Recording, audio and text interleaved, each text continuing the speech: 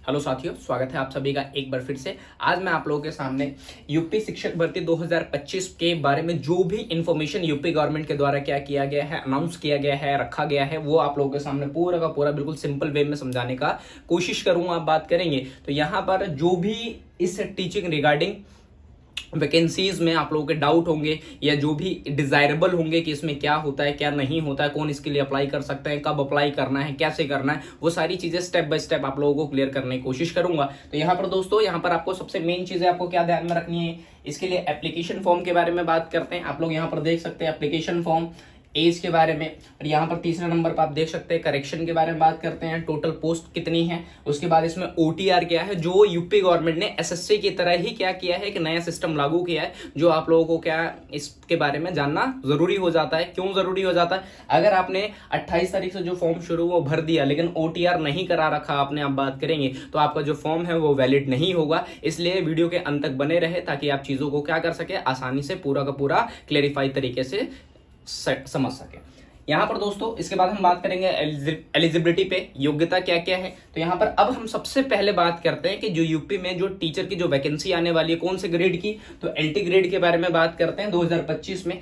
तो कल ही यानी कि 14 तारीख को ही उन्होंने क्या किया है, अपने साइट पे एक इंफॉर्मेशन लिख करी है जिनमें ये कहा गया है कि जो एप्लीकेशन फॉर्म है यूपी में जो टीचर के स्टार्ट होंगे वो कितना तारीख से होंगे, 28, मतलब इसी महीने के आखिरी में 28 तारीख 7वां महीना 2025 से क्या किए जाएंगे, फॉर्म भरे जाएंगे। अभी मैं बताऊंगा दोस्तों कि आपको ओटीआर क्या होता है, तो वीडियो के साथ बने रहना है। दूसरा हम बात करते हैं किसके बारे में, एज के बारे में। तो अगर हम एज के बारे में बात करें तो आप सबको पता है मिनिमम कितनी है, 21 मांगी गई है, और मैक्सिमम कितना है, 40 के बारे में बात करते हैं। लेकिन आपको ध्यान देने वाली बात क्या है कि यहाँ पर लिखा हुआ मैंने कैटेगरी। अब आप सभी को पता है कोई भी फॉर्म फिलअप करते हैं तो उसमें कैटेगराइजेशन का आपको पूरा का पूरा एक सिस्टम देखने को मिलता है अलग से, रिजर्वेशन जिसको आप लोग बोलते हैं। तो ये किसके लिए है, ये जनरल के लिए है, ईडब्ल्यूएस के लिए और ओबीसी के बारे में बात करते हैं। लेकिन एससी एसटी के लिए कितना रखा गया, 3 से 5 साल रिलैक्सेशन दिया गया, किसमें, एज के बारे में बात करते हैं।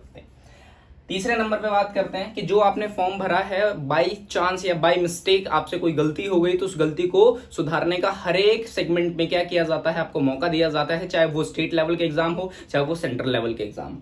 तो यहाँ पर 4 तारीख 9, मतलब आप बात करेंगे यहाँ पर कब के बारे में बात करते हैं, सितंबर तक आप क्या कर सकते हैं, 4 तारीख को 9 महीना 2025 तक आप फॉर्म को क्या कर सकते हैं, जो आपने भर रखा है उसमें आप सुधार कर सकते हैं।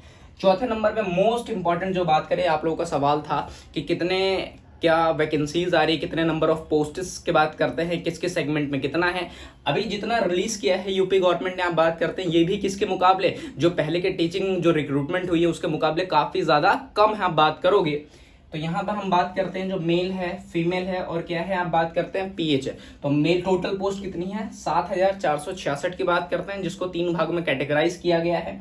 मेल के बारे में बात करते हैं, टोटल पोस्ट है 4860, फीमेल की बात करते हैं 2525, और यहाँ पर बात करते हैं जो फिजिकली हैंडीकैप या चैलेंज की बात करते हैं उनके लिए कितनी है, ओनली 81 के बारे में बात करते हैं।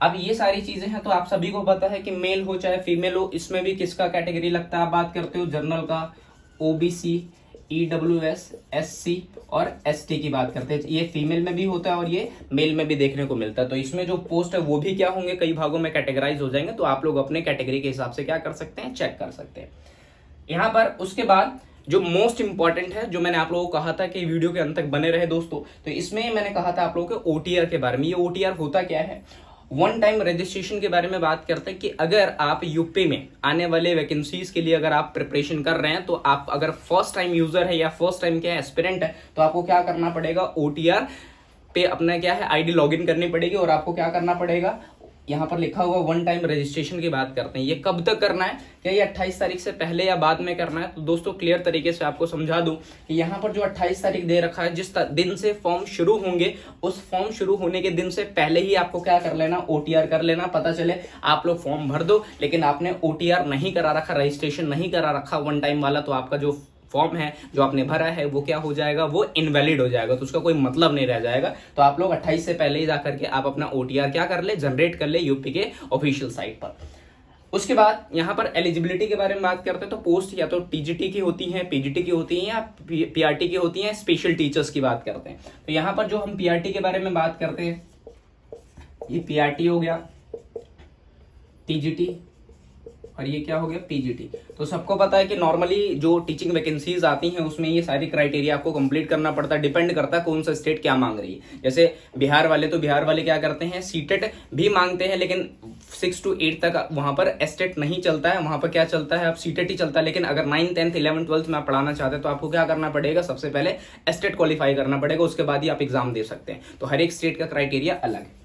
यहाँ पर हम बात करते हैं किसके बारे में, जो पीजीटी के लिए आपके पास बीएड होना चाहिए। उसके बाद पोस्ट ग्रेजुएशन के बारे में बात करते हैं। यहाँ पर सीटेट की कोई वैल्यू नहीं है, सीटेट यहाँ पर नहीं मांगा जाता है। तो दोस्तों उम्मीद करता हूँ इस वीडियो के माध्यम से कि जो भी आप लोगों के डाउट्स थे, जो भी क्लैरिफिकेशन आप बात करते हो गए होंगे किस चक्कर में जो यूपी में जो भर्ती आने वाली है। अब इसके बारे में जो ऑफिशियल तरीके से अभी 3-4 दिन के अंदर यूपी गवर्नमेंट क्या कर देगी, अपने साइट पर चीजें अपलोड कर देंगे, आप जा करके चेक कर सकते हैं। या इसमें जो भी आपको डाउट हो कमेंट सेक्शन में क्या कर सकते हैं, आप अपने क्वेश्चन को ड्रॉप कर सकते हैं। उम्मीद करता हूं वीडियो अच्छी लगे।